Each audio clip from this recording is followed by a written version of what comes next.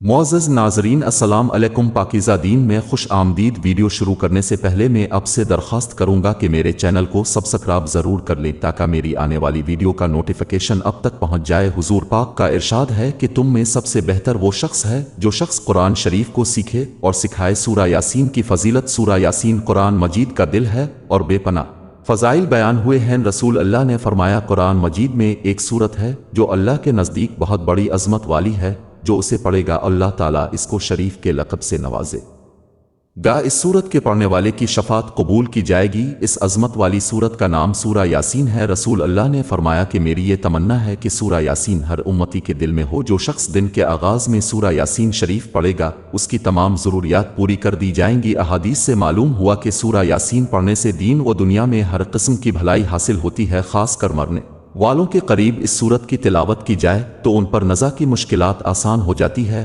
اگر کوئی شخص سورہ یاسین کو نماز فجر کے بعد ایک مرتبہ روزانہ پڑھنے کا معمول بنا لے تو وہ بہت جلد لوگوں میں ہر دل عزیز ہو جائے گا، اس کی عزت میں بے پناہ اضافہ ہوگا، مال میں برکت ہوگی، ہر قسم کی برائی ختم ہو کر طبیعت میں اچھائی کا رجحان پیدا ہوگا، شیاطین اور بلاؤں سے محفوظ رہے گا، بیماریوں سے شفا ملے گی، اگر اولاد کی خواہش کرے گا تو نیک اولاد ملے گی، اگر کوئی قید میں اسے کثرت سے پڑھے تو قید سے رہائی ملے گی۔ سورہ یاسین کو پڑھنے کے بعد جو خواہش دل میں لائے گا پروردگار اسے اپنی رحمت سے پورا کرے گا۔ دشمنوں کے شر سے بچنے کے لیے بھی سورہ یاسین بہت مفید ہے، لہٰذا اگر کسی کو کوئی دشمن تنگ کرتا ہو تو اسے چاہیے کہ 7 دن تک روزانہ اسے پڑھے، انشاءاللہ ظالم دشمن سے کسی قسم کا نقصان نہ پہنچے گا۔ حضرت انس رضی اللہ روایت کرتے ہیں جو شخص یاسین شریف پڑھے اسے 10 قرآن مجید پڑھنے کا ثواب ملے گا۔ ہر چیز کا ایک دل ہوتا ہے، قرآن کا دل سورہ یاسین ہے، جو یاسین شریف پڑھے گا اسے اس کی تلاوت کی وجہ سے 10 بار قرآن مجید پڑھنے کا ثواب ملے گا۔ رسول اللہ نے فرمایا جس نے رات کے وقت سورہ یاسین پڑھی اس حالت میں کہ صبح کو اٹھے گا